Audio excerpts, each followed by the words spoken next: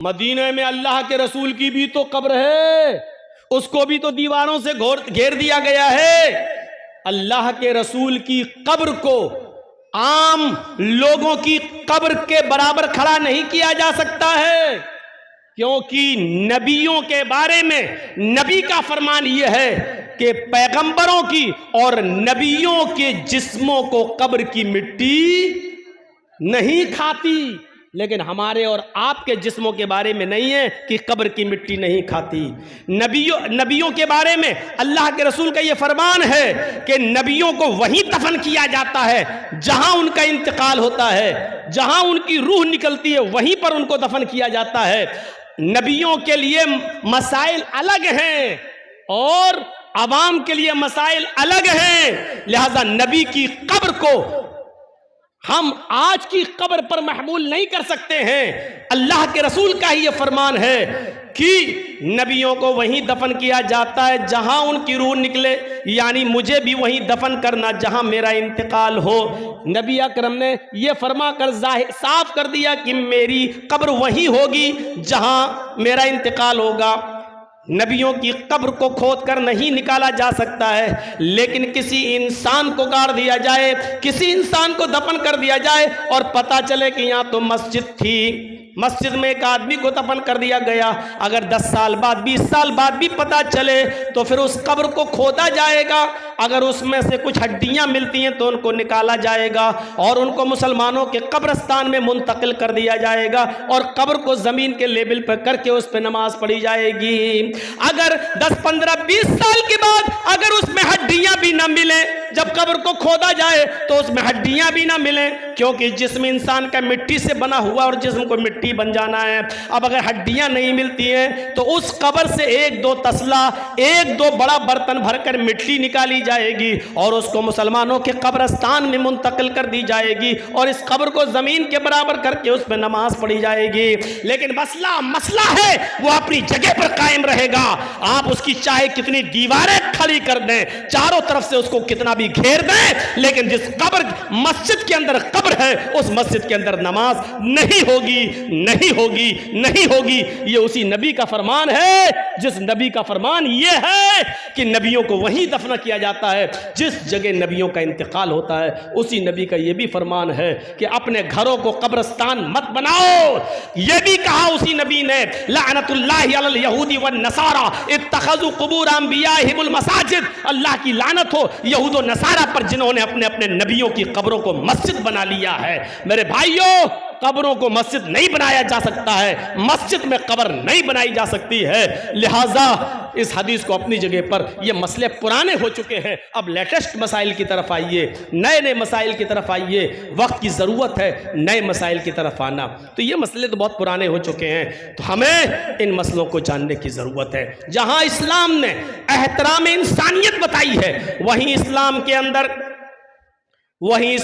अंदर एहतराम मुस्लिम भी बताया गया है। अच्छा, अब ये अंदाजा लगाओ, जब अल्लाह ये कह रहा है कि पड़ोसी के बच्चों को प्यार और मोहब्बत की नजर से देखो, तो इसका मतलब क्या हुआ? अपने बच्चों से कितना प्यार करो। ये आप अंदाजा लगा सकते हैं ना। जो इस्लाम दूसरों के बच्चों से मोहब्बत करने का हुक्म दे रहा हो, तो उससे अंदाजा लगाओ कि फिर अपने बच्चों से कितनी मोहब्बत होनी चाहिए। जो इस्लाम पूरी इंसानियत के साथ अच्छा सलूक करने का हुक्म दे रहा हो, तो फिर मुसलमानों के साथ अच्छा सलूक करने का उसमें कितना हुक्म होगा। या अय्युहल्लज़ीना आमनुत्तकुल्लाह हक़्क़ तुक़ातिह वला तमूतुन्ना इल्ला व अंतुम मुस्लिमून वअतसिमू बिहब्लिल्लाहि जमीअन वला तफर्रक़ू।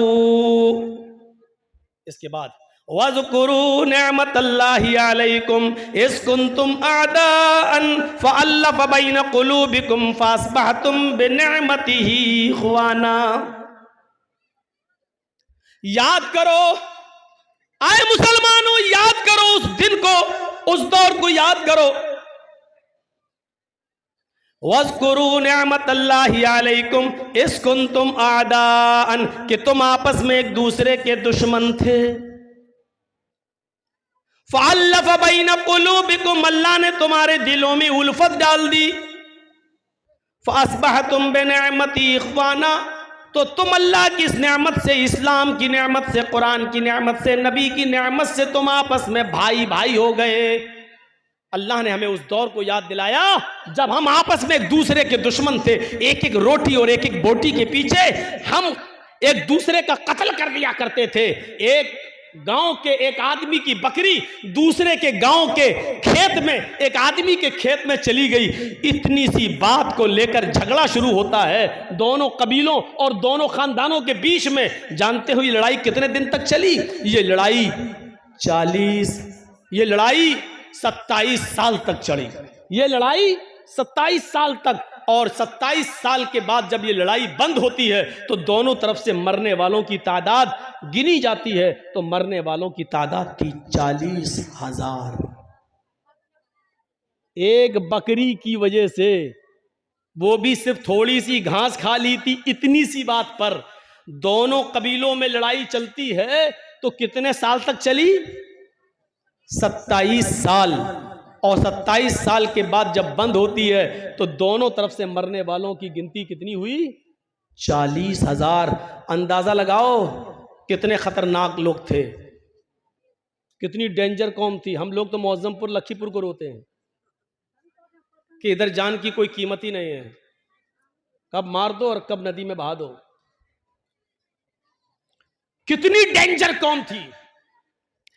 लेकिन ये डेंजर कौम भी जानते हो कितनी हमदर्द बन गई इस कुरान की नेमत से कि एक गज़वे में, गालिबन गज़वे ज़ातिर रिक़ा के मौके पर, सहाबा जंग लड़ते लड़ते जख्मी हो जाते हैं। कोई इस झाड़ी के नीचे, कोई उस झाड़ी के पास, कोई उस पहाड़ी के पास। एक सहाबी पानी लेकर घूम रहे हैं कि कोई जख्मी मिले उसको पानी पिलाऊं। उसकी नजर झाड़ी के किनारे पड़े हुए एक सहाबी के ऊपर पड़ती है जो जख्मों से चू रहे और चीख रहे हैं, पानी पानी। ये सहाबी उसके पास पहुंचते हैं, उनको उठाते हैं, सर पकड़कर अपनी रान के ऊपर रखते हैं, उनको पानी का गिलास उनके मुंह में रखते हैं, देते हैं कि पानी पियो। जैसी पानी का गिलास उनके होठों तक जाता है, अभी वो पीते नहीं कि दूसरी झाड़ी से आवाज आती है, पानी, काश मुझे भी पानी मिल जाए, या थोड़ा सा पानी तुम मेरे लिए भी छोड़ देना।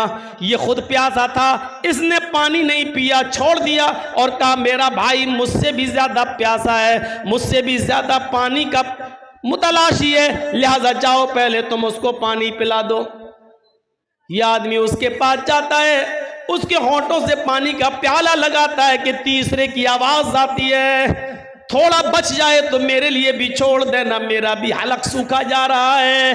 दूसरे आदमी ने तीसरे की तरफ रेफर कर दिया, नहीं नहीं मैं रह सकता हूं, मेरा भाई मुझसे भी ज्यादा प्यासा लग रहा है, जाओ तुम पहले उसको पानी पिलाओ।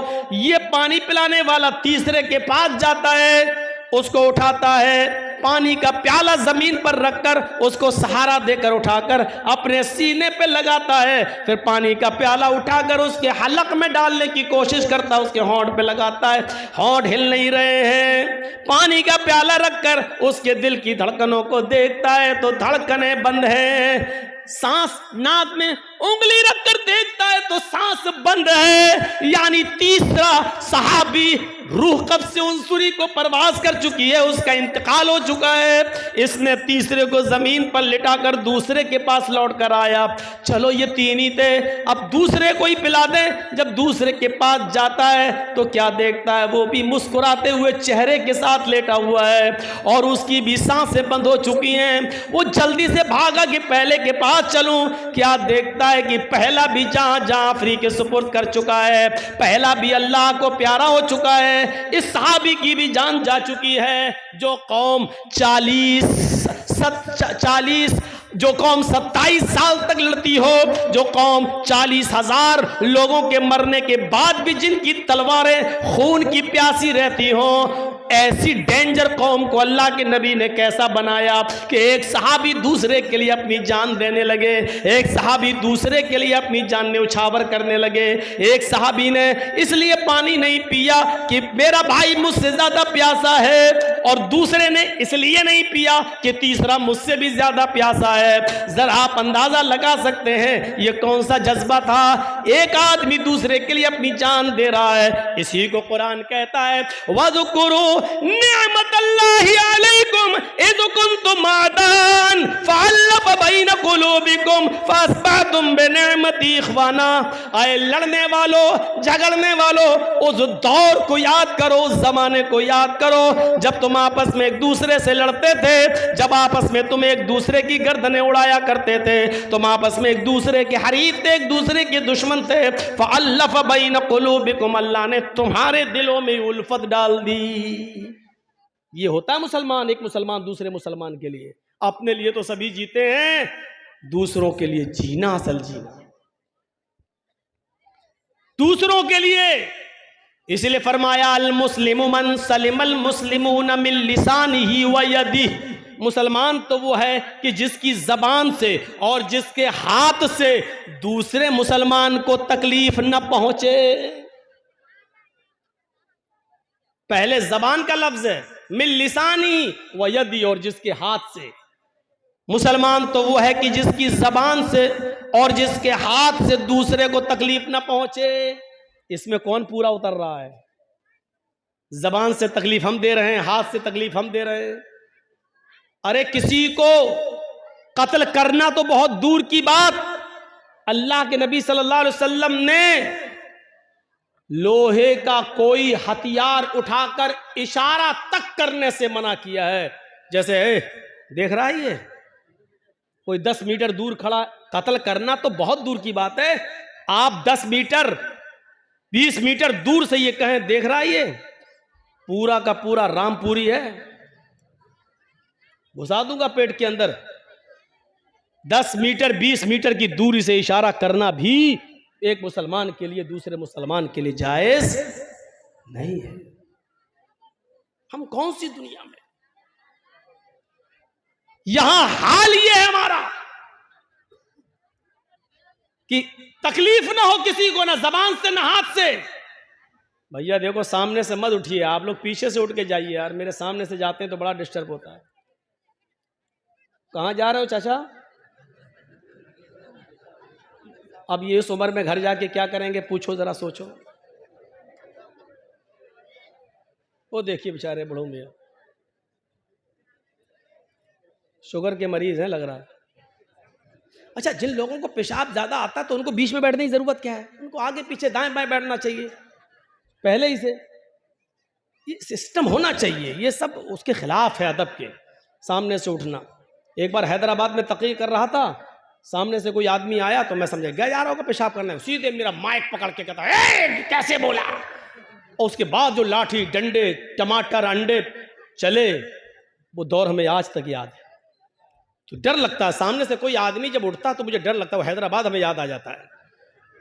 इंसान हम भी हैं, खोपड़ी में वो ऐसा बैठ गया है कि जब भी कोई उठता तो वो हैदराबाद याद आ जाता है। तो सामने से मत उठा करिए। जबान से और हाथ से तकलीफ नहीं होनी चाहिए किसी को, किसी मुसलमान को किसी मुसलमान से। लेकिन यहां तो हाल ये है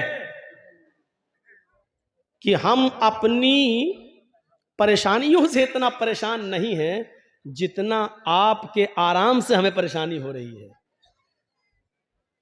हमें अपनी दाल से इतनी परेशानी नहीं हो रही जितना आपके गोश्त से हमें परेशानी हो रही है। हमारे घर में क्या पका है उससे परेशानी नहीं हो रही है। आपके घर में कुकर की सीटी से आने वाली बिरयानी की खुशबू हमें और परेशान कर देती है कि ये आदमी हमसे ज्यादा अच्छा कैसे खा रहा है। ये सूरत हाल हो चुकी है आज की। हम दूसरे को बर्बाद करने के चक्कर में लगे हुए, मिटाने के चक्कर में लगे हुए हैं। और आदमी ये नहीं सोचता कि आप दूसरे के लिए जो कुआं खोद रहे हैं उसमें आप भी गिर रहे हैं। जर्जीस साहब को दुश्मनी है आपसे, अब हम आपको बर्बाद करना चाहते हैं। हम आपके पीछे भाग रहे हैं, आप हमसे जान बचा के भाग रहे हैं। आप उतना नहीं थक रहे हैं जितना मैं थक रहा हूं। क्यों? क्योंकि मुझे पकड़ना है आपको, तो आपसे ज्यादा तेज रफ्तारी से मैं दौड़ूंगा, तभी आपको पकड़ पाऊंगा। तो आप उतना नहीं थक रहे हैं, उससे ज्यादा मैं थक रहा हूं। वो आदमी उतना बर्बाद नहीं हो रहा है जितना हम उसको बर्बाद करने में अपने आप को बर्बाद कर रहे हैं। एक आदमी की जमीन का झगड़ा चला दूसरे आदमी से, दूसरे आदमी को 1 लाख की जमीन है, लेकिन हमें चाहिए, हमारा पावर है। वो पुलिस में रिपोर्ट करके कोर्ट मुकदमा करके सोच रहा ले लेंगे, लेकिन जमीन 1 लाख की, लेकिन 1 लाख रुपए की जमीन लेने के लिए 3 लाख बर्बाद कर चुका अब तक, कोर्ट कचहरी बर्बाद करके उसने अपने आप को और ज्यादा बर्बाद कर लिया है। लेकिन जिद है कि हमें इसी की जमीन चाहिए। वो 3 लाख रुपए की जमीन और उससे अच्छी कंडीशन में दूसरी जगह मिल जाती है, लेकिन नहीं, हमें इसको सबक सिखाना, इसी की जमीन चाहिए। उसकी 1 लाख की जमीन को लेने के लिए 3 लाख बर्बाद कर चुका है। 3 लाख। मेरे इटावा में एक मौलवी है जो हमें बर्बाद करने के चक्कर में हमारा 5 लाख बर्बाद हुआ, तो वो 20 लाख बर्बाद कर चुका है। कितने आप ये जो टीवी पे जो खबरें आती है ना, ममता का मौलाना और जो जहरीला मौलाना, मैं भी सोचता हूं ये टीवी वालों को देता कौन है। बाद में पता चला कि वो इटावे का मौलाना ही यूट्यूब से कटिंग कर करके निकाल के योगी मोदी के खिलाफ जो हम बोले उसको कटिंग कर करके पैसा दे के चलवाता है कि ताकि ये मौलाना के ऊपर FIR हो जाए। अगर हमें बचने के लिए मेरा 2, 4, 5 लाख खर्च हुआ, तो वो बेचारा अब तक 20 लाख खर्च करके अपने आप को बर्बाद कर चुका है। और इसके बाद भी हालत ये है कि पूरे हिंदुस्तान में एक भी जगह अब उसको बुलाया नहीं जा रहा है, उसको निमंत्रण नहीं दिया जा रहा है, उसको कहीं दावत तक नहीं दी जा रही है, क्योंकि वो आदमी, जाति दुश्मनी तो एक दूसरे की माफ की जा सकती है, लेकिन जमाती दुश्मनी बहुत बुरी होती है। उसने पूरे जमात के साथ जो धोखाधड़ी की है, इसी वजह से कोई उसको दावत नहीं दे रहा है। और हम उसके खिलाफ कोई एक्शन इसलिए नहीं लेते हैं कि मरे हुए को मारना मेरी आदत नहीं। मुझे महात्मा गांधी का वो कौल याद आता है कि किसी को मारना हो तो उसका नाम लेना छोड़ दो, उसको नाम मत लो, अपने आप मर जाता है। अब देख लीजिए कि उत्तर प्रदेश के चुनाव में एक साहब हैं, वो मुसलमान बहुत करते रहते हैं। आजकल वो बहुत चिल्ला रहे हैं, सपा ने क्या किया, समाजवादी पार्टी के दल्लो, ऐसी तमाम भाषाएं इस्तेमाल की जा रही हैं सिर्फ मुसलमानों में प्रचार करने के लिए। लेकिन उसके जवाब में अखिलेश ने एक बात भी नहीं कही है, ना उसका जवाब दिया जा रहा, ना उसका नाम लिया जा रहा है। इसका नतीजा ये निकला कि पूर्वांचल में चले जाओ या पश्चिम में चले जाओ, जो पहले कुछ वोट मिलने वाले भी थे, बंटने वाले थे, चुनाव से 2 दिन पहले सब ऐसे एक हुए, ऐसे इकट्ठे हुए कि उन्होंने सोचा कि नहीं, पहले अपने आप को बचाओ, इसी में भलाई है, इसी में भलाई है, पहले अपने आप को बचाओ। और ये अक्लमंदी का तकाजा है मेरे भाइयों, ये अक्लमंदी है कि हर आदमी को, हम तो बार बार कहे हैं, मेरे मोबाइल में आज तक, मेरे घर यही रखा हुआ है, अभी 4-5 दिन पहले चलाया है, अभी जी हिंदुस्तान ने मेरे खिलाफ, और अभी चिल्लाया, देखिए ये लखनऊ में जो ममता बनर्जी आई हैं, ये मौलाना जर्जीस की प्लानिंग का एक हिस्सा है। अब बताइए, ये जी हिंदुस्तान ने चलाई है, मेरे पास रखी हुई है वो रिकॉर्डिंग। मैं जब टीवी में आ रहा था मैंने वो बना लिया, उसकी वीडियो बना ली, 2 मिनट की मैंने वीडियो बना ली कि देखिए ये उसी प्लानिंग का हिस्सा है। मौलवी जर्जीस जो बंगाल में बोला, ममता बनर्जी वही लखनऊ में बोल रही हैं। इनकी दोनों की भाषा एक है, ये सब मुसलमानों को एक करने के लिए आए हैं। जर्जीस ने बंगाल में मुसलमानों को एक किया, ममता बनर्जी यहां उत्तर प्रदेश में मुसलमानों को एक करने आई। यानी इस तरीके से ये बोला जा रहा है, इस तरीके से। लेकिन अक्लमंदी का तकाजा है। मैंने शायद कहीं मिसाल दी थी मेरे भाइयों की, जंगल में शेर और भेड़िया और लोमड़ी, इन तीनों ने शिकार के लिए तीनों निकले। जंगल में शेर, भेड़िया और लोमड़ी, जानते होंगे लोमड़ी, फॉक्स, ये तीनों जानवर शिकार के लिए निकले। शेर ने हिरन मारा, भेड़िए ने बकरी का शिकार किया और लोमड़ी ने खरगोश मारा। अब शेर ने कहा भेड़िए से, चलो 3 जानवर मरे पड़े हैं, ये हिरन, ये बकरी, ये खरगोश, चलो बताओ किसको कौन सा जानवर खाना है, तुम फैसला करो, मैंने तुम्हें जज बना दिया है। भेड़िया कहता बहुत आसान। का क्या है? का हिरन बड़ा है, आप खा लो। बकरी को मैंने मारा, मैं खा लेता हूं। लोमड़ी ने खरगोश मारा है, लोमड़ी को खरगोश दे देते हैं। अब शेर तो जालिम था। जो लोग मेरी तकरीर में समझ जाएं कि जालिम शेर कौन है, समझ लो पूरी तकरीर समझ गए। शेर तो जालिम था, हालांकि भेड़िए का फैसला बिल्कुल सही था। भाई भेड़िए ने फैसला सही किया कि नहीं किया? भाई हिरन आपने मारी, हिरन आप खा लो। बकरी मैंने मारी, मैं बकरी खा लेता हूं। लोमड़ी ने खरगोश मारा, लोमड़ी खरगोश खा लेती है। भेड़िए ने फैसला बिल्कुल सही किया, लेकिन जालिम था शेर। उसने कहा क्या इतना बुरा फैसला?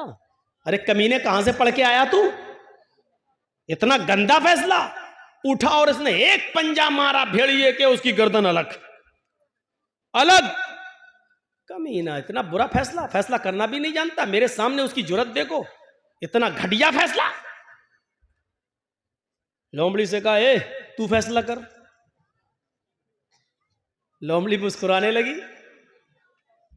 बिल्कुल साहब, जंगल के राजा, ये भेड़िए को अकल ही नहीं थी, पागल था। बिल्कुल गलत फैसला किया इसने। कहा अच्छा तुम फैसला करो। लोमड़ी ने कहा बहुत आसान है साहब, ये तीनों जानवर आपके हैं और अब तो भेड़िया भी आपका है। क्या मतलब? कहा हिरन आप सुबह खा लीजिए, बकरी शाम को खा लीजिए, और दोपहर में भूख लगे तो मुंह का जायका बदलने के लिए खरगोश खा लीजिए। आप जंगल के राजा हैं, आप नहीं खाएंगे तो कौन खाएगा? शेर ने कहा वाह वाह लोमड़ी वाह, ये है अच्छा फैसला। इतना अच्छा फैसला तुझे किसने सिखाया? लोमड़ी ने कहा इसी भेड़िए की कटी हुई गर्दन ने। हजरत इसी भेड़िए से सीखा है मैंने ये फैसला। अगर मैं आज ये फैसला ना करती तो मेरा भी यही हाल होता। मैंने उत्तर प्रदेश में यही बात कह दी। मैंने कहा जालिम बादशाह से बचने के लिए भेड़िया मत बनो, सही फैसला करने की कोशिश मत करो, वरना हक बात कहने पर भी मारे जाओगे। अक्लमंदी यह है कि लोमड़ी ने फैसला गलत किया जरूर था, लेकिन अक्लमंदी यह थी कि उसने अपने आप को बचा लिया। हमने कहा लोमड़ी बन जाओ, अपने आप को बचा लो, वरना शेर ऐसा झपट्टा मारेगा कि भेड़िए की तरह पड़े रहोगे, यहीं गर्दन पड़ी रहेगी तुम्हारी। इतना मैंने कहा, उत्तर प्रदेश के लोगों की भी अकल में आ गई, बात सही कह रहे हैं मौलाना साहब। इस वक्त ज्यादा मुसलमान हक हक मत चिल्लाओ, ज्यादा चिल्लाएंगे तो ना हमें हक मिलेगा, ना यही आएगा, ना हम जिसको देना चाह रहे हैं वो आएगा, और दूसरा आएगा वो कहेगा ठोको बुलडोजर, यही करता रहेगा। इसलिए बेहतर यह है कि लोमड़ी की तरह अक्लमंदी से काम ले लो। तो मेरे भाइयों, ये अक्लमंदी और दानिशमंदी है। कभी कभी अक्लमंदी और दानिशमंदी से भी काम लिया जाता है। अल्लाह के रसूल के पास एक सहाबी आए, कहा अल्लाह के नबी मेरे अंदर 4 बुराइयां पाई जाती हैं। मैं शराब भी पीता हूं, मैं जिना भी करता हूं, मैं चोरी भी करता हूं और मैं झूठ भी बोलता हूं। बताओ इन चारों में से एक छोड़ सकता हूं, क्या छोड़ूं? जबकि बुराइयां तो चारों हैं, हराम तो चारों हैं। अल्लाह के नबी से कहता 4 नहीं 1 छोड़ सकता हूं, बताओ क्या? अल्लाह के नबी ने कहा अच्छा काम कर, झूठ छोड़ दे। कहा अल्लाह के नबी मैं तो बड़ा अक्लमंद समझता था, आप झूठ छोड़ने को कह रहे हैं? कहा नहीं नहीं झूठ छोड़ दे। अब वो शराब पीने के लिए गया तो सोचने लगा अल्लाह अगर शराब पीऊंगा, अल्लाह के नबी ने कल पूछ लिया कि शराब पीती कि नहीं पीती और मैंने कह दिया हाँ पी थी, तब तो मेरी कोड़े मारे जाएंगे, क्योंकि हम खुद कबूल कर रहे हैं। और अगर कह दिया कि नहीं तो ये झूठ होगा, और मैंने वादा किया कि झूठ नहीं बोलूंगा, शराब छोड़ दी। अब जिना करने गया तो कहने लगा अल्लाह के रसूल ने अगर पूछ लिया कल जिना किया था कि नहीं, और मैंने कह दिया हाँ किया था, तब तो पत्थरों से मार मार के हमें खत्म कर दिया जाएगा। और अगर कह दिया नहीं तो झूठ होगा, और मैंने अल्लाह की कसम खा के वादा किया कि झूठ नहीं बोलूंगा, चलो जिना भी नहीं करता हूं। अब चोरी करने गया, कहने लगा अगर अल्लाह के रसूल ने पूछ लिया कल सुबह चोरी की थी कि नहीं, मैंने कह दिया हाँ तो हाथ काटा जाएगा, और अगर कह दिया नहीं तो झूठ होगा, नहीं मैं चोरी भी नहीं करूंगा। सुबह होकर अल्लाह के नबी के पास आया, कहता कि मैं तो समझता था कि आपने बड़ा वैसा फैसला, आपने तो बड़ी अक्लमंदी से कहा झूठ छोड़ दो, मान गया आप बड़े अक्लमंद हैं। आपने कहा क्यों, क्या हुआ? कहा चारों बुराइयां छूट गई। अल्लाह के नबी ने फरमाया मैं जानता था कि झूठ तमाम बुराइयों की जड़ है। तो हिकमत से भी काम लो। अगर किसी आदमी से सारी बुराइयां नहीं छूट रही हैं तो उसको कहो कि ये छोड़ दो यार, ये छोड़ दो। हिकमत भी जरूरी है। हिकमत भी अल्लाह के रसूल ने दूरअंदेशी से काम लिया, अकलमंदी से काम लिया। हमें भी हर वक्त अकलमंदी से काम लेने की जरूरत है, अकलमंदी से काम लेने की जरूरत है। आज हमारी यही सूरत हाल हो चुकी है मेरे भाइयों कि हम अपनी परेशानियों से इतना परेशान नहीं है जितना हम दूसरे के सुख से परेशान हैं। हमारी हालत यह हो चुकी है।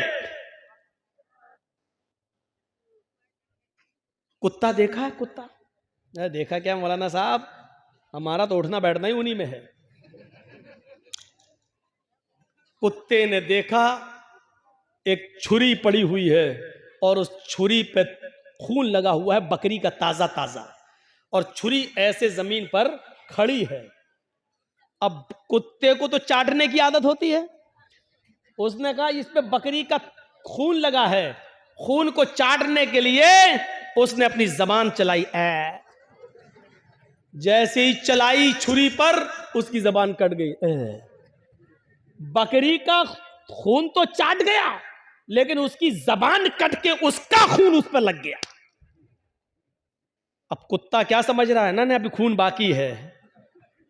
उसने फिर दोबारा जबान से चाटा, फिर दूसरी जगह से कट गई। उसने कहा अरे अभी भी बाकी है, फिर चाटा, फिर कट गई। वो उस वक्त तक चाटता रहा कि उसकी जबान कट के गिर गई और फिर वो खुद हलाक हो गया, मर गया। यही हालत हमारी है। मिसाल सख्त जरूर है लेकिन सच्ची मिसाल है। हम दूसरे को बर्बाद करने के लिए यही अपने आप को बर्बाद कर लेते हैं। जैसे कुत्ता बकरी के खून को चाटने के लिए अपना ही खून चाटते चाटते अपनी जबान काट बैठा, यही हाल हमारा है। आज जुमे के खुतबे में मैंने सब सुनाया था ना कि वो दो सहाबी थे, जिन लोगों ने ना सुना हो सुनो, जिनके कपड़े की दुकानें पास पास थीं। एक आदमी, एक सहाबी का कपड़ा बिक गया, दूसरा कस्टमर आया, दूसरा भी बिक गया, तीसरा कस्टमर आया, उसी दुकान पर तीसरा भी कपड़े के थान ले गया, चौथा आया, उसने चौथा भी उसी को दे दिया उसी दुकान ने। पांचवा कस्टमर आया उसी दुकान पर कपड़ा खरीदने। दुकानदार कहने लगा नहीं, अब वो कपड़ा मेरे पास नहीं है, मेरे भाई के पास चले जाओ, इससे भी अच्छा कपड़ा तुम्हें वहां मिल जाएगा, ये पड़ोस में दुकान है। उसने ये सोचकर उसको भेज दिया कि मेरे तो 4 कपड़े के थान बिक गए, मेरे घर में मेरी बीवी बच्चों का गुजर बसर चल जाएगा। मेरे भाई की तो बोनी तक नहीं हुई है उस पड़ोसी की, उसके भी बीवी है, उसके भी बच्चे हैं, उसको भी शाम को कमा कर ले जाना है और अपने बीवी बच्चों का पेट पालना है। उसने ये सोचकर अब हमारे पास कपड़ा नहीं है कह दिया ताकि मेरे भाई की भी कुछ बोनी हो जाए, उसको भी इतना कपड़ा उसका भी बिक जाए कि उसके घर में चूल्हा जल जाए। मेरे भाइयों, उसने मना कर दिया कि मेरे पास कपड़ा खत्म हो गया, जाओ मेरे भाई की दुकान के पास चले जाओ। मेरे भाइयों, ईमानदारी के साथ बताना, कंपटीशन के दौर में हमारी इधर चाय की दुकान, बगल में इधर चाय की दुकान, हम दूसरे की दुकान पर आने वाले कस्टमर को भी अपनी आवाज देकर बुला लेते हैं। हम ये ई रिक्शा चला रहे हैं, उधर दूसरा हमारा भाई भी चला रहा है, उसके पास आने वाली सवारी को भी हम खींच लेते हैं। कितना? 20 रुपया? नहीं, आओ हम 15 लेंगे, आओ बैठ जाओ। हम उसके भी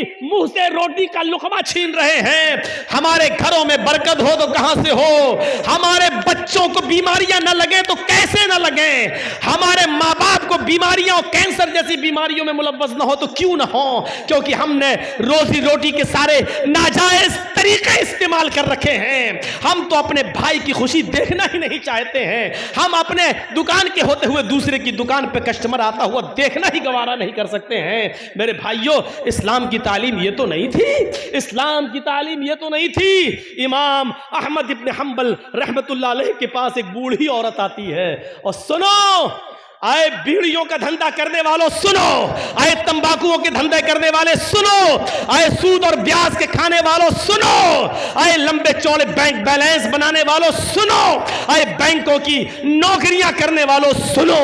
इमाम अहमद इब्न हंबल रहमतुल्लाह अलैह के पास एक बूढ़ी औरत आती है और कहती है, इमाम मोहतरम, कहा जी एक मसला पूछने आई हूं, मेरी माँ बहनें सुने। उस जमाने की औरतें, और वो भी बूढ़ी औरतों में कितना तकवा हुआ करता था। कहा इमाम साहब मैं चरखा चलाती हूँ, चरखा तो जानते हैं ना, मैं चरखा चलाती हूँ, दूसरे लोग अपना सूत दे जाते हैं धागा, मैं उसको बना के फिराती हूँ और उनसे मजदूरी लेती हूँ, कभी दिन में और कभी ओवर टाइम करती हूँ तो रात में भी चलाती हूँ।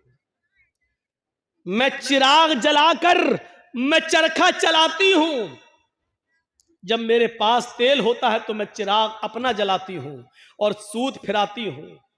इमाम साहब उसकी मजदूरी में लेती हूँ। कहा इसमें बुराई क्या है? कहा मैं ये नहीं पूछने आई हूं कि बुराई क्या है, मैं ये पूछने आई हूं कि कभी कभी मेरे पास चिराग जलाने के लिए तेल नहीं होता है। अच्छा तो मैं सोने के लिए बिस्तर पर जाना चाहती हूं, लेकिन देखती हूं कि पड़ोसी के घर में चिराग जल रहा है और उसके घर के चिराग की रोशनी मेरे आंगन में आ रही है। मैं अपना चरखा लेकर उस आंगन में बैठ जाऊं और उस पड़ोसी के घर से जो चिराग जल रहा है, मैं मांगने नहीं गई उसकी रोशनी, लेकिन उसकी रोशनी ऑटोमेटिक मेरे घर में आ रही है। अगर मैं उसके चिराग की आने वाली रोशनी पे अगर सूत फिरा लूं और चरखा चला लूं और ये चलाकर मैं अपने मालिक से उसकी मजदूरी ले लूं, तो ये कमाई मेरे लिए हराम तो नहीं होगी? मेरे लिए ये मजदूरी हराम तो नहीं होगी? मैंने चोरी नहीं की है, मैंने उससे चिराग में का तेल नहीं मांगा है, उसके घर में चिराग जल रहा है और उसकी रोशनी मेरे घर आ रही है, उसकी रोशनी मेरे घर आ रही है। अगर मैं उसकी रोशनी में सूत फिरा लूं और इसकी मजदूरी में ले लूं तो ये मेरे लिए हराम तो नहीं होगी? ये खाकर कहीं मैं अजाब कब्र की मुस्तहिक तो नहीं बनूंगी, कहीं मैं जहन्नम में तो नहीं जाऊंगी? अहमद इब्न हम्बल रहमतुल्लाह अलैह फरमाते हैं, खातून माँ तेरे सवाल ने अहमद इब्न हम्बल के इल्म को आज शर्मिंदा कर दिया। काबे के रब की कसम, तेरे इस मसले का जवाब अहमद इब्न हम्बल के पास नहीं है। कहने लगी इमाम साहब फिर आपसे बड़ा आलिम इस बस्ती में कोई है ही नहीं, फिर मैं ये किससे मसला पूछूं? उन्होंने कहा सुन मेरी माँ, जहां तक कयास का नतीजा है, कयास का तकाजा है, तो जहां तक मेरा इल्म है मैं उस इल्म की रोशनी में कयास लगाकर अंदाजे से ये कह सकता हूं कि इसमें कोई हर्ष तो नहीं लग रहा है। क्यों? क्योंकि तू मांगने नहीं जा रही है, वो अचानक आ रही है। तेरे घर में भी दीवार नहीं है और उसके घर में भी कोई दीवार नहीं है और उसके चिराग की रोशनी आ रही है तेरे घर, तो इसमें तेरा क्या कसूर है? बज़ाहिर तो इसमें कोई बुराई नहीं लग रही है, लेकिन अगर तुम्हारा दिल आमादा नहीं है तो मेरी माँ इससे भी बच जाओ तो बेहतर है, इससे भी परहेज कर लो तो बेहतर है, इससे भी, क्योंकि वो है तो दूसरे ही की रोशनी, है तो दूसरे ही की रोशनी। बहरहाल अगर तुम इससे भी परहेज कर लो तो ये ज्यादा बेहतर है तुम्हारे। जब वो औरत वहां से जाने लगी बुढ़िया, तो इमाम अहमद इब्न हम्बल ने लोगों से पता लगवाया कि ये किसकी बेटी है, इसके बाप का क्या नाम था। बताया होगा किसी ने कुछ जो मेरे जहन में नहीं रहा। अहमद इब्न हम्बल फरमाते हैं कि आज के ज़माने में ऐसी बूढ़ी औरतें मौजूद हैं, ज़रूर इसका बाप कोई आलिम कुरान होगा, आलिम हदीस होगा, क्योंकि ऐसी तरबियत अपनी औलाद के अंदर कोई बड़ा आलिम ही पैदा कर सकता है। बुढ़ापे की इस दहलीज पर पहुंचकर भी इस औरत की हालत यह है, इस बुढ़िया की हालत यह है कि पड़ोस से आने वाली रोशनी में भी, उस चिराग की रोशनी में भी चरखा चलाने के बारे में सोच रही है कि ये चरखा चलाएंगे तो ये कमाई मेरे लिए हलाल होगी या हराम। तब ऐसे लोगों की नमाजें अर्श से टकराएं और अल्लाह कबूल ना करे, ऐसा हो ही नहीं सकता है। मेरे भाइयों, इधर हम नमाज पढ़ के निकलते हैं, जो मैं सर बसजदा हुआ जमी पर, तो आसमां से आने लगी ये निदा, तेरा दिल तो है सनम आशना, तुझे क्या मिलेगा नमाज। एक हमारा तकवे का हाल ये है, एक हमारी परहेजगारी का हाल यह है कि यहां से निकले नमाज पढ़ के, मालिकी यौमिद्दीन, तू कयामत के दिन का पूरा पूरा मालिक है। इय्याका नअबुदु व इय्याका नस्तईन, तेरी ही इबादत करते हैं, तुझसे ही मदद मांगते हैं। इहदिनस सिरातल मुस्तकीम, जो सीधा रास्ता उस पे चला और तमाम बुरे रास्तों से बचा ले। यहां ये दुआ मांग के हटे, सलामु अलैकुम व रहमतुल्लाह, सलामु अलैकुम व रहमतुल्लाह। जैसी सलाम फेरा और मस्जिद के बाहर निकलते ही जेब में बीड़ी रखी है, निकाली और माचिस जलाई और सूरह दुखान की तिलावत शुरू, धुआं धक्कड़ शुरू। अभी 10 मिनट भी नहीं हुए ये कहते हुए कि इहदिनस सिरातल मुस्तकीम, आय अल्लाह हमको सीधे रास्ते पे चला, आय अल्लाह गंदे और गलत रास्तों से हमारी हिफाजत फरमा। अब ये दुआ मांगे हुए 10 मिनट भी नहीं हुए और यहां आकर ये है हमारी इबादतों का और हमारी नमाजों का हाल। मेरे भाइयों, जायजा लो, इमाम अहमद इब्न हंबल के पास जो बूढ़ी औरत आती है, उस औरत के सवाल से जरा इबरत हासिल करो कि हमारी इबादतें अल्लाह के यहां कबूल हो भी रही होंगी या नहीं हो रही होंगी। सोचो तो सही, गौर तो करो। मेरे भाइयों, यहां आदि इब्ने उमैर है, जंग बदर में गिरफ्तार करके लाए जाते हैं। आदि इब्ने उमैर है, गिरफ्तार करके लाए जाते हैं, पकड़ के लाए जाते हैं, पैरों में बेड़ियां डाल दी जाती हैं। ये आदि इब्ने उमैर मुसाब इब्ने उमैर के भाई हैं, भाई मोमिन है और आदि काफिर है। मुसाब सहाबी और आदि काफिर, दोनों भाई हैं, सगे भाई हैं।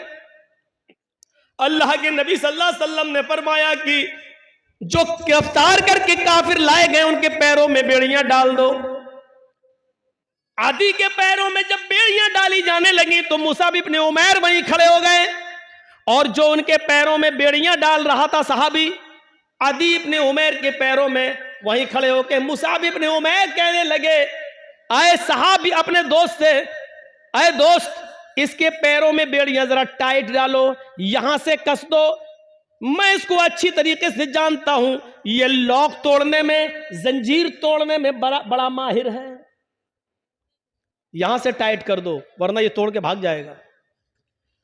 जब मुसाब इब्ने उमैर ये कह रहे थे कि इसके पैरों में यहां से टाइट करो, यहां से टाइट करो, यहां से लॉक लगाओ, तो आदि इब्ने उमैर को इतना गुस्सा आ रहा था कि मारे गुस्से के आदि चीख पड़ा, आए मुसाब तुझे शर्म आनी चाहिए, तू उसी उमैर का बेटा है जिसका बेटा मैं हूं, तेरी रगों में उसी बाप का खून तोड़ रहा है जिसका खून हमारी रगों में तोड़ रहा है, लेकिन आज तुझे भाई कहते हुए शर्म आ रही है। तेरी गैरत कैसे गवारा कर रही है कि तेरी आंखों के सामने तेरे सगे भाई के पैरों में बेड़ियां डाली जा रही हैं और तू देख रहा है खड़े होकर, और देख ही नहीं रहा है बल्कि मशवरा दे रहा है कि यहां से टाइट करो।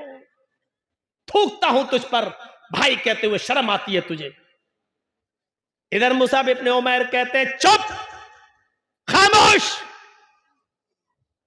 तू भाई है मेरा?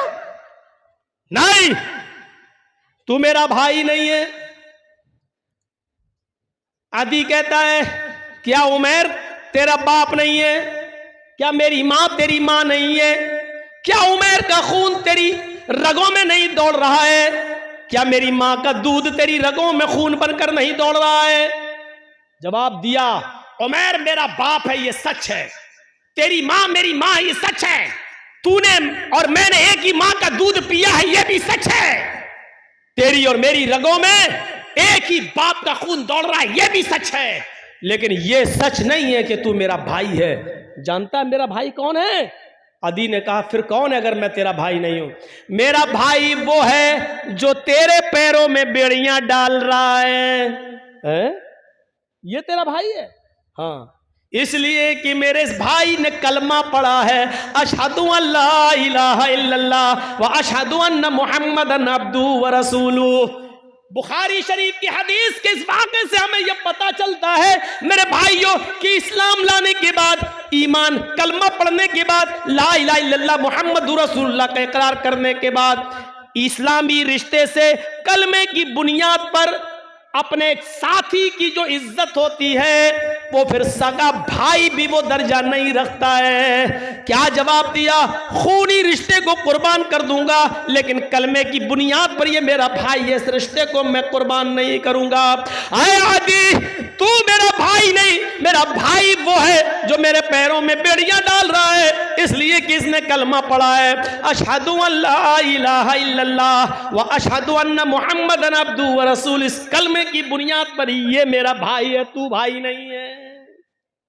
ये होता है इस्लामी रिश्ता। और इस्लामी रिश्ता इतना अहम होता है कि उसके लिए खूनी रिश्ते को कुर्बान कर दिया जाता है। अरे कम से कम उतना ही करो जो अपने लिए पसंद करो, वो अपने भाई के लिए पसंद, अपने मुसलमान भाई के लिए पसंद कर लो, यही काफी, इतना ही करो। आज के जमाने में सईद इब्ने जुबैर को हज्जाज इब्ने यूसुफ की पुलिस ढूंढ रही थी। सईद इब्ने जुबैर को हज्जाज इब्ने यूसुफ की पुलिस ढूंढ रही थी। हुक्म था उसको पकड़कर जिंदा मेरे पास लाओ, उसको कत्ल किया जाएगा।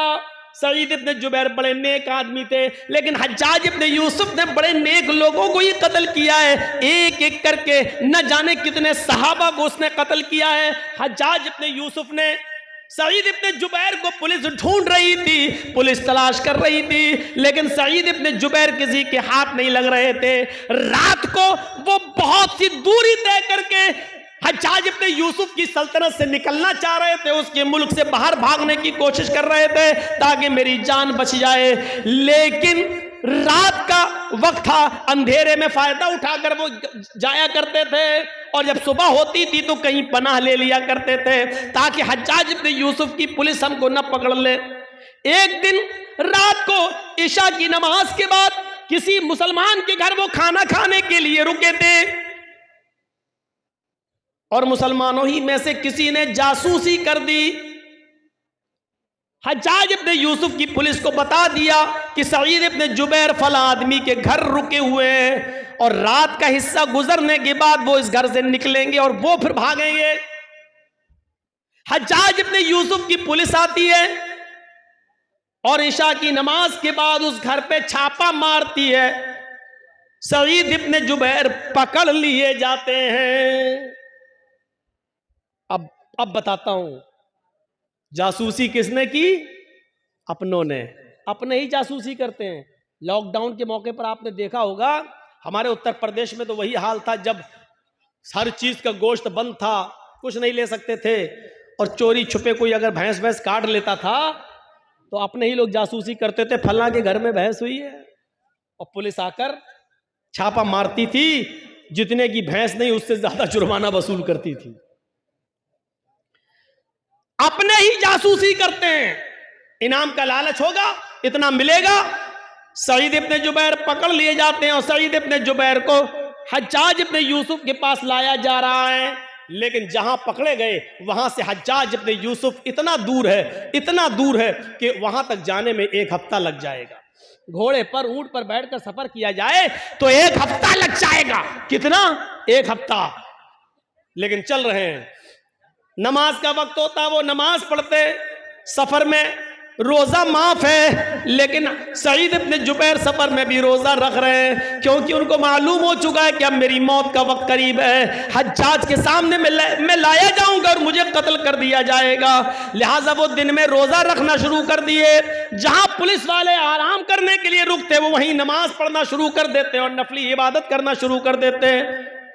सईद इब्ने जुबैर की इबादत पुलिस वालों को बड़ी पसंद आई, उनका अखलाक बहुत पसंद आया। हज्जाज किन दोनों पुलिस वालों ने 3 दिन के बाद कहा, देखो सईद इब्ने जुबैर बड़ा नेक आदमी है, अगर इसको हम हज्जाज के पास ले जाएं तो हज्जाज इसको कत्ल कर देगा। बेचारा बच्चों वाला आदमी है, बीवी बच्चे इसके महरूम हो जाएंगे, और हज्जाज को क्या मालूम कि हमने इसको पकड़ा है। ऐसा करो, इस बेचारे को छोड़ देते हैं, ये नेक आदमी है, अच्छा आदमी है, हज्जाज तो जालिम है, वो इसको कत्ल कर देगा। इन दोनों पुलिस वालों ने आपस में सलाह और मशवरा किया कि इस नेक आदमी के कत्ल की जिम्मेदारी हम अपने ऊपर न लें, छोड़ देते हैं इसको। ये दोनों पुलिस वाले सईद के पास आए, कहने लगे, सईद इब्ने जुबैर, सईद इब्ने जुबैर, तुम्हारी इबादत ने, तुम्हारे अखलाक ने मेरा दिल मोह लिया है। हम नहीं चाहते कि तुम्हें हज्जाज के पास लेकर चले, मेरा दिल चाहता है कि तुम्हें हम छोड़ दें। आए हज्जाज, ये रात का वक्त है, अंधेरे का फायदा उठाओ और तुम निकल जाओ। हज्जाज को तो मालूम नहीं है कि मैंने तुम्हें गिरफ्तार कर लिया है। हम उसके पास जाएंगे और कह देंगे कि हमें सईद इब्न जुबैर मिले ही नहीं। सईद इब्न जुबैर ने कहा तुम्हारी बड़ी मेहरबानी, मैं कसीरुल अयाल हूँ, मेरे बच्चे ज़्यादा हैं, मेरी बीवी है, बच्चों का बोझ है मेरे ऊपर, अगर तुम मुझे छोड़ रहे हो तो ये तुम्हारा रहम व करम है मेरे ऊपर। अच्छा है, छोड़ दीजिए भाई, मैं आपका ये एहसान कभी भूलूंगा नहीं। उन्होंने कहा एहसान की क्या बात है, आप मुजरिम नहीं हैं, हज्जाज आपका दुश्मन है, वो आपको कत्ल करना चाहता है। जाओ आए सईद, मैंने तुम्हें छोड़ दिया है, जाओ चुपके से जाओ, निकल जाओ। सईद इब्न जुबैर बड़े खुश होते हैं कि मुझे हज्जाज के पुलिस वालों ने छोड़ दिया, लेकिन उनकी खुशी ज्यादा देर तक न रही। वो थोड़ी दूर तक आगे गए होंगे, जैसे यहां से मौजमपुर बस आपका स्टैंड 1 किलोमीटर तकरीबन गए होंगे, मुश्किल से 1 किलोमीटर गए होंगे। और जाने के बाद वहां कुछ सोचने लगते हैं और सोचकर फिर वहां से वापस आते हैं। 1 किलोमीटर गए, लेकिन कुछ उनके दिमाग में आया और वहां से सोचकर वो फिर लौटे आए। और लौट कर आने के बाद उन दोनों पुलिस वालों के पास आ गए और कहने लगे, अरे हज्जाज इब्न यूसुफ के पुलिस वालों, मुझे हज्जाज के पास ले चलो, मैं भाग कर छिप कर भागना नहीं चाहता, मुझे हज्जाज के पास ले चलो। पुलिस वालों ने कहा तुम्हारा दिमाग खराब है सईद, हज्जाज तुम्हारी जान का दुश्मन है, तुम्हें कत्ल कर देगा।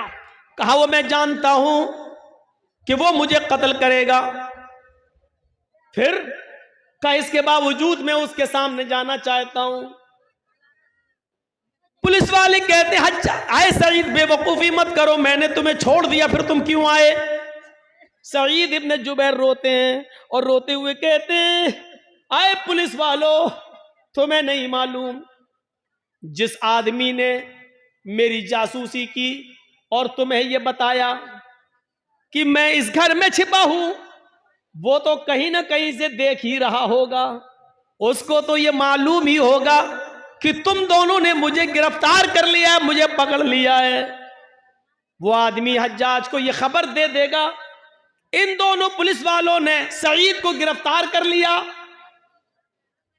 आए पुलिस वालों, अगर हज्जाज को यह पता चल गया कि तुमने मुझे पकड़ लिया था और फिर छोड़ दिया, तो मैं तो बच जाऊंगा, लेकिन फिर तुम्हारा हश्र यह होगा कि तुम दोनों को खूनी चमड़े पर लिटाकर बिठाकर तुम्हारी गर्दनों को उड़वा देगा। और मैं ये नहीं चाहता कि मेरी जान बच जाए और मेरे बदले में तुम दोनों की जान चली जाए, मेरी गर्दन महफूज रहे और तुम दोनों की गर्दनें कट जाएं। अल्लाह के नबी ने फरमाया, जो अपने लिए पसंद करो वो अपने भाई के लिए पसंद करो, और जो अपने लिए पसंद ना करो वो अपने भाई के लिए पसंद ना करो। जब मुझे अपनी गर्दन अपने लिए कटाना पसंद नहीं है, तो अपने वजह से, मेरी वजह से तुम दोनों की गर्दनें कट जाएं, ये मुझे कैसे पसंद हो सकता है। अगर मेरे बीवी बच्चे हैं तो आपके भी तो बीवी बच्चे हैं, फिर मेरे बीवी बच्चों में मैं खुश रहूं और तुम दोनों की जान जाए और तुम दोनों की बीवी बच्चे एक दूसरे के ऊपर बोझ बन जाएं, ये इस्लाम ने नहीं सिखाया, ये हमारे नबी ने नहीं सिखाया। आए हज्जाज के पुलिस वालों, मुझे हज्जाज के पास लेकर चलो। इसके बावजूद उन दोनों ने समझाया, लेकिन नहीं माने सईद इब्न जुबैर, हम अपने लिए तुम्हारी जिंदगी खतरे में नहीं डाल सकते हैं। आखिरकार जिद करते रहे और वो दोनों पुलिस वाले उनको पकड़कर हज्जाज के सामने ले आए। हज्जाज ने कहा, बहुत बहुत मुबारक, तुम इनको पकड़ कर लाए हो, तुम्हें इनाम से नवाजा जाएगा। और कहा, कोई ख्वाहिश है तुम्हारी? उन्होंने वही ख्वाहिश जाहिर की कि हमें 2 रकात नमाज पढ़ना है। कहा पढ़ लो। खूनी चमड़ा बिछा दिया गया। कुछ खाना है, कुछ पीना है? कहा नहीं। क्यों? आखिरी तमन्ना तो सबसे पूछी जाती है, कुछ खाना हो पीना हो तो बता दो। सईद इब्न जुबैर ने कहा, इन्नी साइमुन, मैं रोजे से हूं। हज्जाज इब्न यूसुफ ने कहा चलो। पीछे से हाथ बांध दिए गए, खूनी चमड़ा बिछा दिया गया, गर्दन नीची कर दी गई और हज्जाज के एक जल्लाद ने पूरी ताकत के साथ अपनी तलवार चलाकर सईद इब्न जुबैर को एक ही बार में उनकी गर्दन को उनके तन से जुदा कर दिया। पूरा वाकया बताने का मेरा मकसद सिर्फ यह है कि सईद इब्न जुबैर ने अपनी गर्दन कटाना गवारा कर लिया, लेकिन अपनी वजह से उन दोनों मुसलमान पुलिस वालों की जिंदगी खतरे में नहीं डाली। ये मुसलमान होता है जो अपनी वजह से दूसरे को मुसीबत में नहीं डालता है, जो अपनी वजह से दूसरे को तकलीफ में नहीं डालता है। वो मुसलमान ही क्या जिसकी वजह से दूसरे को तकलीफ पहुंचे। और हम तो उस वक्त सबसे ज्यादा खुश होते हैं जब हमारी वजह से हमारा पड़ोसी बेचैन हो। उस जमाने में क्या हाल था, एक आदमी के घर में बहुत से चूहे थे जो उसको तंग करते थे। उसने लोगों से पूछा मैं क्या करूं बताओ। किसी ने कहा एक बिल्ली ले आओ, बिल्ली पाल लोगे चूहों को खाती रहेगी। उसने कहा ये तुमने सही मशवरा दिया। 3-4 दिन के बाद उसी आदमी ने पूछा क्या हुआ बिल्ली लाए? उसने कहा नहीं लाए। कहा फिर क्या हुआ? क्या हुआ चूहे हैं अब क्या करेंगे। तो कहा बिल्ली क्यों नहीं लाते हो? कहा मैं बिल्ली खरीदने का इरादा किया कि मैं बिल्ली लाऊं और पाल लूं, लेकिन ये सोच कर नहीं लाया कि जब मेरे घर में बिल्ली आ जाएगी तो कुछ 2-4 चूहों को खा लेगी और बहुत से चूहे तो डर के मारे मेरा घर छोड़ देंगे और भाग जाएंगे, और वो घर छोड़कर भागेंगे तो मेरे पड़ोस में घुस जाएंगे।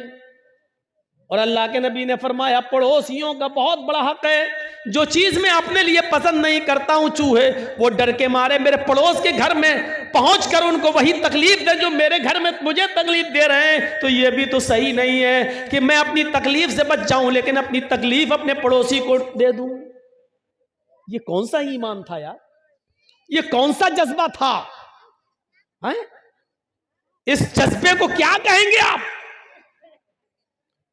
यहां तो बदगुमानियां हमने इतनी पाल रखी है एक दूसरे के खिलाफ। हमारी मौलाना जर्जीस की आपसे बनती नहीं है। आप हमें नहीं देखना चाहते, हम आपको नहीं देखना चाहते, गुस्सा घर में ही। अब आपने हमारे खिलाफ बहुत कुछ पाल लिया है, अपने दिमाग में रख लिया है।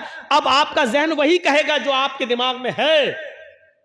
अब मौलाना जर्जीस चाहे कितना अच्छा काम कर रहे हो लेकिन आपको बुरा लगेगा। अब जर्जीस साहब नमाज पढ़ के निकलेंगे तो आप क्या कहेंगे, देखो 9 से चूहे खा के बिल्ली चली हज का, कितना बड़ा मुल्ला बना फिर रहा है। अच्छी तकरीर करेंगे तो कहीं देख कैसे दिखावा कर रहा है। क्यों? क्योंकि आपके दिमाग में मेरे ताल्लुक से वही भरा है। आप घर की छत पर खड़े हैं, मैं मस्जिद से निकल कर नमाज पढ़ के निकला हूं और मैं जबान में बोलता हुआ बड़बड़ाता हुआ जा रहा हूं, सुभान अल्लाह अल्हम्दुलिल्लाह, सुभान अल्लाह अल्हम्दुलिल्लाह, मुंह चल रहा मेरा। और आपकी नजर मेरी नजर से मिल गई, आप घर की छत पे खड़े हैं, मेरे होंठ हिल रहे हैं और मैंने आपको देख लिया और आपने छत पे देखा ये होंठ हिल रहे हैं, तो आप समझेंगे ये कमीना मुझे गाली दे रहा है। ये बदगुमानी है। यही कुरान कहता है, या अय्युहल्लज़ीना आमनुज्तनिबू कसीरम मिनज़्ज़न्न इन्न बअज़-ज़न्नि, मोमिनो ईमान वालों एक दूसरे के बारे में ज्यादा बुरे गुमान मत किया करो। बाज गुमान इंसान को गुनाहगार बना देते हैं। एक लड़की हेडफोन लगाकर चली जा रही है, बातें करती हुई जा रही है, उधर चाय की दुकान पे लड़के बैठे हैं, कहते हैं देख बॉयफ्रेंड से बात करती हुई जा रही है। यही है बदगुमानी। हो सकता है कि वो अपनी माँ से बात कर रही हो सकता है कि वो हॉस्पिटल जा रही हो और उसका बाप बीमार हो, वो अपने भाई से अपने बाप की दवाओं के बारे में पूछ रही हो। हाँ, ये भी हो सकता है कि वो बॉयफ्रेंड से बात कर रही हो। लेकिन हमें अच्छा सोचने का हुक्म दिया गया है, बदगुमानी से हमें रोका गया है कि या अय्युहल्लज़ीना आमनुज्तनिबू कसीरम मिनज़्ज़न्न, ईमान वालों तुम ज्यादा गुमान मत किया करो, ज्यादा बदगुमानियों से बचो। इन्न बअज़-ज़न्नि, बाज़ बदगुमानियां इंसान को गुनाहगार बना देती हैं। अच्छा, जरूरी भी तो नहीं है, और ये बात जरूरी भी तो नहीं है कि हम जो सोचे वो सही हो। और कभी कभी हो सकता है 2 आदमी हम लोग बैठे हैं और दोनों किसी के बारे में सोच रहे हो, दोनों गलत हों।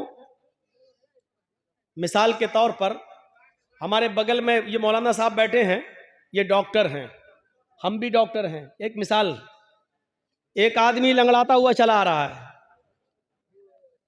जर्जी साहब कह रहे हैं कि उसके पैर में मोच आ गई है इसलिए लंगड़ा रहा है। मैं डॉक्टर हूं, मुझे तजर्बा है कि उसके पैर में मोच आ गई है इसलिए लंगड़ा रहा है। हमारे बगल में जो मौलाना है ये डॉक्टर है, ये कह रहे नहीं नहीं नहीं नहीं नहीं, उसके कमर में दर्द है इसलिए लंगड़ा रहा है। क्योंकि मैं भी डॉक्टर हूं, मुझे भी तजर्बा है, मेरा तजर्बा कहता है कि उसके कमर में दर्द है इसलिए लंगड़ा रहा है। जर्जी साहब ने कहा अगर उसके पैर में मोच ना आई हो तो 1000 रुपया मैं हार जाऊंगा। मौलाना साहब कहने लगे अगर उसकी कमर में दर्द ना हो तो 1000 रुपया मैं हार जाऊंगा। चलो 1000 रुपया दोनों मौलाना ने दिया और लियाकत साहब के पास रख दिया। लीजिए, अगर मेरी बात सही निकले तो मैं जीत जाऊंगा, इनकी बात सही निकले तो ये जीत जाएंगे। थोड़ी देर के बाद सामने लंगड़ाता हुआ आदमी सामने आ गया। जर्जी साहब ने पूछा बताओ तुम्हारे पैर में मोच है? मौलाना साहब ने पूछा कहो क्या तुम्हारे कमर में दर्द है? उस लंगड़ाते हुए चल कर आने वाले आदमी ने कहा न तो मेरे पैर में मोच है न कमर में दर्द है? जब कमर में भी दर्द नहीं है, पैर में भी मोच नहीं है, फिर तुम लंगड़ा क्यों रहे हो? उसने चप्पल दिखाई कि ये टूट गई थी इसलिए मैं लंगड़ाते हुए चल रहा था चप्पल को बचाते हुए। लीजिए साहब, जर्जी साहब ने जो सोचा, जो गुमान किया वो भी गलत, मौलाना साहब ने जो सोचा वो भी गलत। 1000 इनको इनका दे दिया, मैंने अपना रख लिया। जरूरी नहीं कि आप किसी के बारे में जो सोच रहे हैं वो सही ही हो। इसलिए कुरान कहता है ज्यादा बदगुमानी से बचो, क्योंकि बाज बदगुमानियां इंसान को गुनाहगार बना देती हैं। बाज बदगुमानियां इंसान को गुनाहगार बना देती हैं। मेरे प्यारे साथियों, तसव्वुर करो इमाम औज़ाई रहमतुल्लाह अलैह के बीवी के पास एक औरत मिलने आई। सुबह फजर की नमाज के बाद, सूरज निकलने के बाद उनसे एक औरत मिलने आई। किससे? इमाम औज़ाई रहमतुल्लाह अलैह की बीवी से। दरवाजा खटखटाया। इमाम औज़ाई रहमतुल्लाह अलैह फजर की नमाज के बाद, सूरज निकलने के बाद भी कुरान की तिलावत कर रहे थे, दुआ मांग रहे थे, चटाई पर बैठे थे। जब दरवाजे पर दस्तक की आवाज सुनी तो जाते हैं और दरवाजा खोलते हैं तो क्या देखते हैं, उनके गांव की एक औरत दरवाजे पर खड़ी है। उस औरत ने कहा इमाम साहब मुझे आपकी बीवी से मुलाकात करना है, मैं आपकी बीवी से मिलने आई हूं। इमाम औज़ाई रहमतुल्लाह अलैह ने कहा अंदर आओ। उन्होंने कुरान लिया और खुद बीवी के रूम में चले गए और अपनी बीवी से कहा तुमसे मोहल्ले की कोई औरत, गांव की कोई औरत मिलने आई। इमाम औज़ाई की बीवी निकल के आई और उस मोहल्ले की औरत को उसी चटाई के ऊपर बिठा दिया जिस चटाई पर इमाम औज़ाई कुरान पढ़ रहे थे। वो औरत जैसी ऐसे बैठी, ऐसे, तो ये पीछे चटाई पर कुछ पानी पड़ा हुआ था, वो उससे वो भीग गई, पूरा वो तर हो गई और ऐसे झटकने लगी। शर्म नहीं आती, तुमने मुझे यहां पे ढाल दिया।